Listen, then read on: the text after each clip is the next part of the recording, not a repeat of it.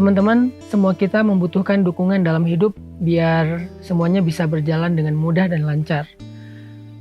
Ini adalah sunatullah, bahwa kita itu sangat membutuhkan dukungan untuk segala macam bentuk kemudahan. Tapi tahukah kita bahwa ternyata dukungan yang ada di sekitar kita, dari orang yang kita sayangi, keluarga kita, sahabat kita, teman-teman kita, itu semuanya bersifat relatif.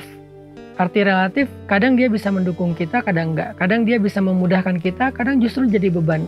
Kadang dia menjadi kebaikan untuk kita, kadang juga menjadi sebuah ujian. Karena gak ada satupun di dunia ini kecuali relatif. Kullu man 'alaiha fan. Ada suami yang kadang-kadang memudahkan istrinya, tetapi kadang-kadang juga suami yang sama menyusahkan istrinya. Anak juga demikian, pasangan juga demikian, sahabat juga demikian. Semuanya relatif, walaupun kita membutuhkan mereka untuk mendukung kita dalam hidup. Ada satu dukungan yang luar biasa, yang sifatnya bukan relatif, tetapi sifatnya absolut. Tahu nggak dukungan dari siapa? Itulah dukungan dari Allah Subhanahu wa Ta'ala. Kita membutuhkan dukungan Allah lebih daripada dukungan siapapun, karena sifatnya dukungan Allah itu absolut, pasti. Absolut artinya tidak ada penghalang, absolut artinya abadi, absolut artinya tanpa pengecualian, absolut artinya utuh. Itulah dukungan dari Allah Subhanahu wa Ta'ala. Sehingga siapapun yang mendapatkan dukungan dari Allah, maka dia mendapatkan segala kepastian, mendapatkan sesuatu yang sempurna, sesuatu yang utuh, sesuatu yang terjamin. Maka dari itu, hal yang paling penting dalam hidup kita itu selain mencari dukungan-dukungan dari manusia adalah mencari dan mendapatkan dukungan dari Allah Subhanahu wa Ta'ala. Mendapatkan pembelaan dari Allah Subhanahu wa Ta'ala, mendapatkan pertolongan dari Allah Subhanahu wa Ta'ala. Siapapun yang bisa mendapatkan pembelaan dari Allah itu luar biasa. Kita ambil contoh misalnya kisah Nabiullah Ibrahim alaihissalam. Ketika beliau berada di dalam api, tiba-tiba malaikat Jibril bertanya kepada Ibrahim, "Ya Ibrahim, hal laka hajah? Apakah kamu punya masalah? Apakah kamu membutuhkan pertolongan?"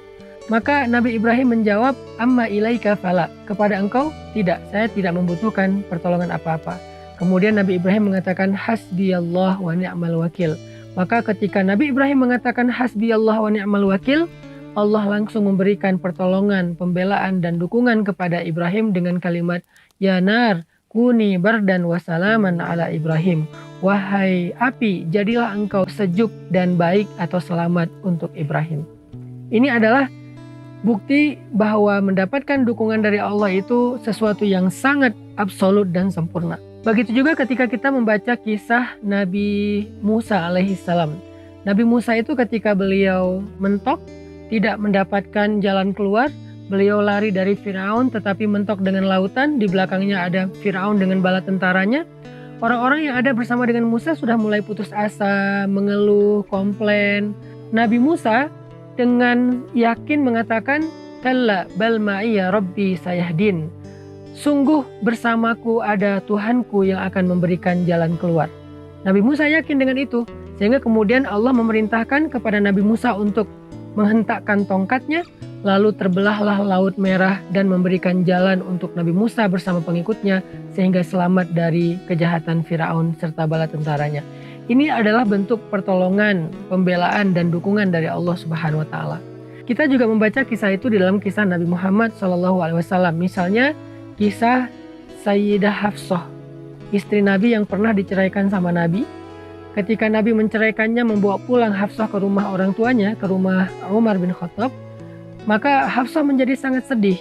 Dia tidak ingin kehilangan Rasulullah, dia tidak ingin berpisah dengan Rasulullah, karena menjadi istri Nabi itu artinya jaminan masuk surga.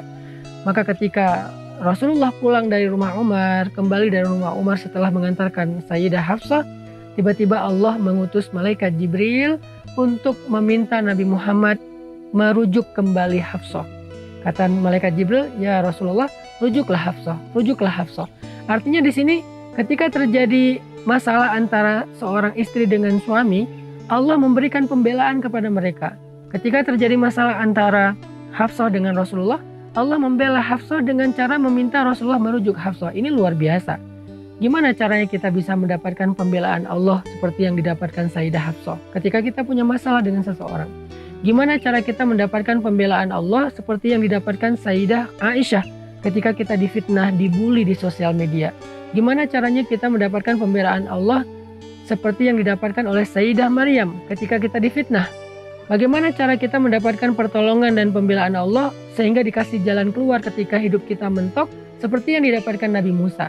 Bagaimana cara kita mendapatkan pertolongan dan pembelaan Allah ketika kita dalam sebuah ancaman yang luar biasa seperti yang didapatkan Nabiullah Ibrahim alaihissalam? Semua ini adalah hal yang mutlak kita butuhkan dalam kehidupan kita, teman-teman.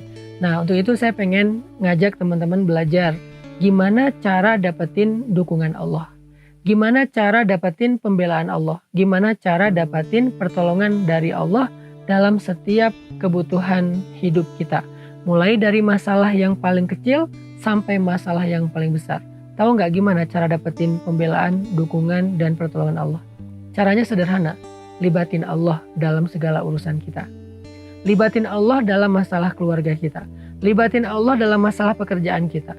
Libatin Allah dalam masalah karir kita. Libatin Allah ketika kita sedang membuat sebuah proyek.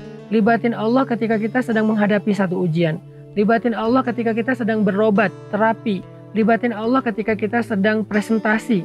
Libatin Allah ketika kita sedang membuat sebuah tulisan atau membuat sebuah skripsi. Libatin Allah dalam segala urusan kita. Bahkan sampai ketika kita main, ketika kita jalan, ketika kita having fun, ketika kita safar, ketika kita melakukan trip. Libatin Allah dalam segala urusan kita, maka segalanya akan mudah karena dukungan Allah itu adalah yang terbaik. Allah menceritakan kisah dakwah Nabi yang sangat banyak ujiannya, diperangi, dimusuhi, dihalang-halangi, disakiti, difitnah, dan berbagai macam musibah dan ujian lainnya, sehingga Nabi sangat membutuhkan dukungan dari orang-orang yang ada di sekitar beliau, dari circle terdekat beliau. Butuh dukungan dari keluarga, butuh dukungan dari sahabat, sehingga Nabi meminta para sahabat untuk membela beliau, mendukung beliau, membantu beliau dalam dakwah, karena dakwah ini harus dikerjakan bersama-sama. Nah, ketika ada orang-orang Quraisy yang tidak mau mendukung Nabi, tidak mau menolong Nabi, Allah Subhanahu wa taala menyindir mereka dengan kalimat illa tansuruh faqad nasarahullah. Kalau kalian tidak mau menolong dia, Allah pasti menolong dia. Sebagaimana idz akhrajahul ladzina kafaru tsaniyasnain idz huma fil ghar idz yaqulu li sahibihi la tahzan innallaha ma'ana. Ketika orang-orang kafir mengusir mereka dari kampung halamannya, lalu mereka bersembunyi di dalam gua, maka dia berkata kepada sahabatnya yaitu Abu Bakar, la tahzan, jangan khawatir Abu Bakar, innallaha ma'ana, Allah bersama dengan kita. Ini adalah sebuah contoh adegan bagaimana Rasulullah SAW melibatkan Allah dalam perjalanan hijrahnya, melibatkan Allah dalam urusan dakwahnya, sehingga ketika manusia tidak mampu mendukung beliau, Allah pasti mendukung beliau. Illa tansuru faqad nasarahullah. Kalau kalian gak menolong dia, maka Allah pasti menolongnya. Bisa gak kita dapetin ayat ini dalam hidup kita? Illa tansuru, kalau kalian gak tolong saya, kalau kamu gak dukung aku, kalau kamu gak belain aku, Allah pasti membela aku. Dengan cara apa kita mendapatkan pembelaan Allah? Caranya libatin Allah dalam segala urusan kita. Maka ke depan, apapun yang kita bahas dalam program Libatin Allah itu, saya pengen ngajak teman-teman belajar bagaimana melibatkan Allah dalam kasus-kasus yang kita hadapi dalam hidup. Misalnya kita kayak lagi patah hati. Bagaimana cara kita libatin Allah dalam keadaan kita sedang patah hati? Misalnya kita lagi pesimis, lagi kayak putus asa, mulai agak-agak apatis misalnya. Gimana cara kita libatin Allah supaya mental kita kuat lagi?